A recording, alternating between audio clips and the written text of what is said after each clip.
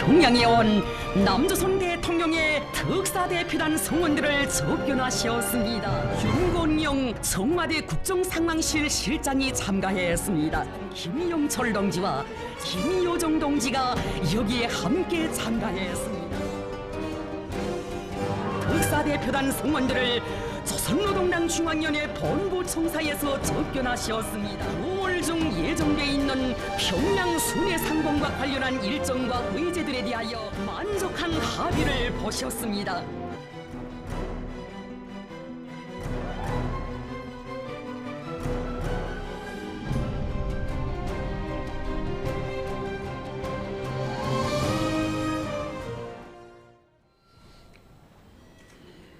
북한이 표면적으로는 대북전단 살포를 이유로 한라인, 그러니까 남북 직통 연락망을 모두 차단하고 추가 조치를 예고했습니다.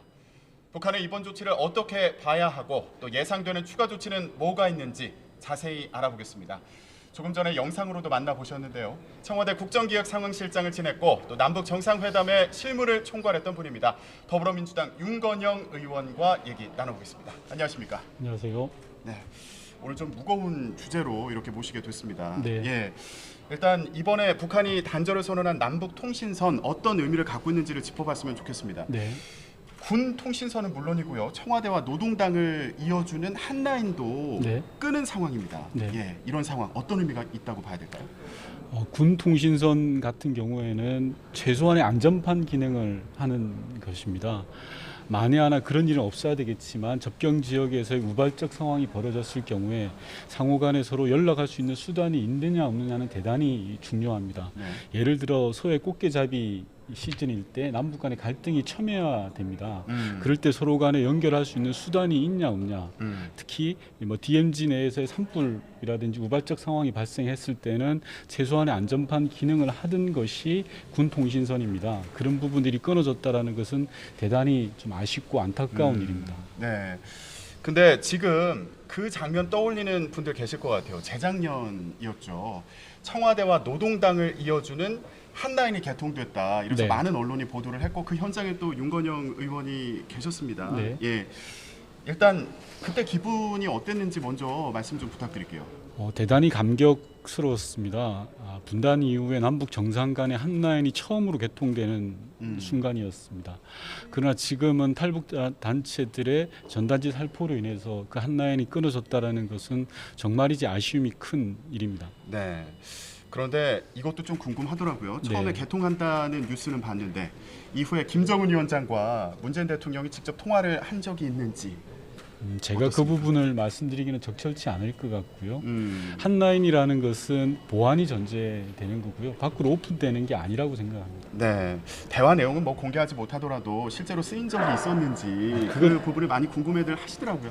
그 자체가 한라인이라는 것은 보안입니다. 그럼 뭐 이 질문에도 답변을 안 하시겠지만 2018년 5월달에 네. 2차 남북 정상회담을 이제 극비리에 추진하는 과정에서 한라인이 역할을 한 거 아니냐라는 추측도 있었거든요.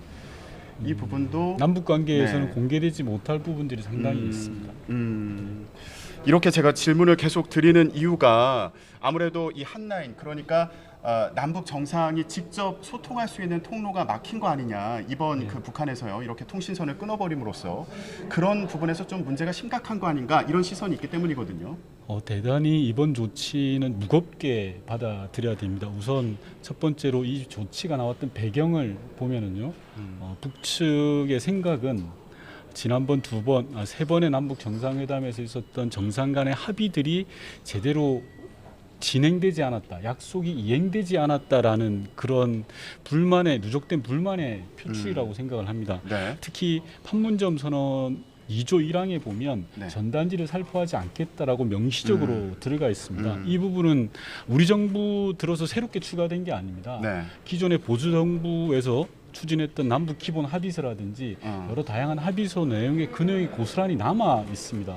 북한의 입장에서 볼 때는 대한민국 정부가 겉으로는 하자 그러고 속으로는 할 생각이 없는 것 아니냐라는 신뢰를 잃어버린 그런 상황입니다. 네. 아울러서 김여정 1부 부장의 담화 이후에 통전부 대변인의 성명, 그리고 대남기관 사업 총화, 그리고 이제 통신설 단절 일련의 과정들이 쭉 진행이 되는 겁니다. 이 과정들이 진행됐다라는 것은 오랜 기간 준비가 되었다라는 겁니다. 그래서 배경과 네. 이 과정을 살펴보면 대단히 무겁게 받아들일 수밖에 없다. 그 말씀 드리고 싶습니다. 그렇게 오랫동안 만약에 준비한 거라면 그 대북전단 살포는 좀 표면적인 이유는 아닐까 이런 생각을 해볼 수도 있을 것 같아요. 네. 보다 근본적인 배경이 있다면 어떤 걸 짚어줄 수 있을까요? 맞습니다. 이제 대북전단 살포 이 행위로만 보면 과거 남북이 적대시하던 시절에서 한 걸음도 앞으로 못 나간 부분입니다. 전혀 변화가 없다라는 거고요. 우선 네. 대북전단에 관해서만 말씀드리면 역지사지 해보면 쉽게 알 수 있습니다. 국가의 최고 지도자를 모욕하는 전단지가 막무가내로 살포가 된다면 어떻게 받아들여지겠습니까? 실제로 탈북자 단체의 사이트에서는 코로나19를 전파시키자, 확진자들이 쓰는 물품을 보내자라는 것까지 회자됐다라고 하지 않습니까? 네. 이런 부분들에 대해서는 정부가 좀 단호하게 대응을 할 필요가 있고요. 전단지 살포를 막기 위해서는 현행 법률로도 충분히 가능합니다. 새롭게 법이 필요한 것이 아닙니다. 아, 그렇습니까? 사전 조치, 사후 조치 모두가 가능합니다. 예. 사실 이제까지 적극적 조치를 취하지 않고 관성적으로 남북 간이 서로 대결 국면에서의 그런 조치 상황으로만 끌어왔다라는 것은 어떻게 보면 광의의 직무유기라 저는 생각을 합니다. 그래서 우선은 당장 문제가 되고 있는 전단지 문제를 제대로 풀어가는 게 중요하다고 생각합니다. 네. 그러면 전단지 문제는 지금 현행법으로도 풀 수 있다 이렇게 네. 설명을 해주셨는데 그렇다면 2018년도에 있었던 판문점 선언이나 평양 정상회담에서 그 외에 북한이 또 중요하게 보는 게 있을 것 같아요. 그래서 예를 들면 개성공단 문제라든가 금강산 관광 재개, 뭐 철도 연결 같은 것들도 좀 이슈화돼야 되는 거 아니냐 이런 목소리도 있거든요. 맞습니다. 평양 회담과 판문점 회담에서 북측이 가장 본질적으로 요구했던 건 체제 안정입니다. 체제 안정을 위해서라면 한반도 비핵화 부분에 대해서 충분히 의견이 접근이 이루어졌던 부분이고요. 네. 방금 진행자께서 말씀하셨던 개성공단과 금강산 관광 부분도 주요한 이슈였습니다. 그러나 이제 그보다도 앞서서 약속돼 있던 대북 전단지 살포를 막지 못했다라는 거에서부터 신뢰가 네네. 많이 손상돼 버린 거죠. 예. 그러면 물론 전단지 문제를 해결하기 위한 노력도 필요하겠지만 지금 또 짚어주셨던 개성공단이나 뭐 금강산 관광 재개 같은 경우에는 좀 더 접근하기가 어렵지 않을까라는 생각도 들거든요. 어떤 예. 방법이 있을까요? 예, 우선은 지금 코로나19 상황이지 않습니까? 북한이 모든 국경을 봉쇄한 상황입니다. 북한도 코로나19에 대한 대비를 해야 되니까요. 그런 상황에서 방금 전에 말씀하셨던 개성공단이나 특히 관광 문제는 쉽지 않습니다. 서구의 여러 국가에서도 지금 국경을 봉쇄하다시피 하지 않습니까? 그런 상황에서 아울러서 유엔 제재 국면입니다. 그래서 남북 교류 협력 사업들이 제 속도를 내기에는 여러 가지 제한적인 요인들이 많다라는 말씀을 먼저 전제로 하고요. 그럼에도 불구하고 반드시 우리는 길을 찾아야 됩니다. 그것이 한반도 평화를 위한 길이라고 생각을 합니다. 그래서는 당장 할 수 있는 것부터 찾아야 된다. 하고 싶은 것과 할 수 있는 것을 구별해내자. 하고 싶은 것이 있다면 이건 좀 추후로 미뤄도 된다. 할 수 있는 것에서부터 출발하자라는 생각이 들고요. 할 수 있는 것은 바로 코로나19로 인한 보건 방역 부분이라고 생각을 합니다. 그리고 지난 판문점 회담과 평양 회담에서 합의됐던 것 중에 할 수 있는 영역들이 상당히 있습니다. 그 부분부터 출발하면 될 것이다라는 생각이 있습니다. 네, 보건 방역과 관련된 어떤 북한과의 교류 예를 들자면 어떤 것들이 가능할까요? 예를 들면 지금 개성공단에서 공장들이 다 철수하고 설비만 남아 있습니다. 그리고 앞서 말씀드린 것처럼 유엔 제재라는 또 하나의 허들이 남아 있는 국면입니다. 이 두 가지를 극복하기 위해서는 보건의료 협력이 필요한데요. 예를 들면 보건의료와 관련된 물품을 개성공단에서 만들 수도 있다고 생각을 합니다. 우리가 한때 대란을 겪었던 마스크의 경우에 개성공단에 남북이 합작으로 마스크 공장을 만든다라고 한다면 그 자체는 유엔 제재도 넘어가면서 우리가 애초 생각했던 그런 개성공단의 긍정적 측면들을 확보할 수도 있지 않을까 생각합니다. 다만 이런 부분들이 지금 당장 시작할 수 있는 부분은 아닙니다. 앞서 말씀드린 것처럼 코로나19로 인한 국경 봉쇄라든지 여러 허들들이 있습니다.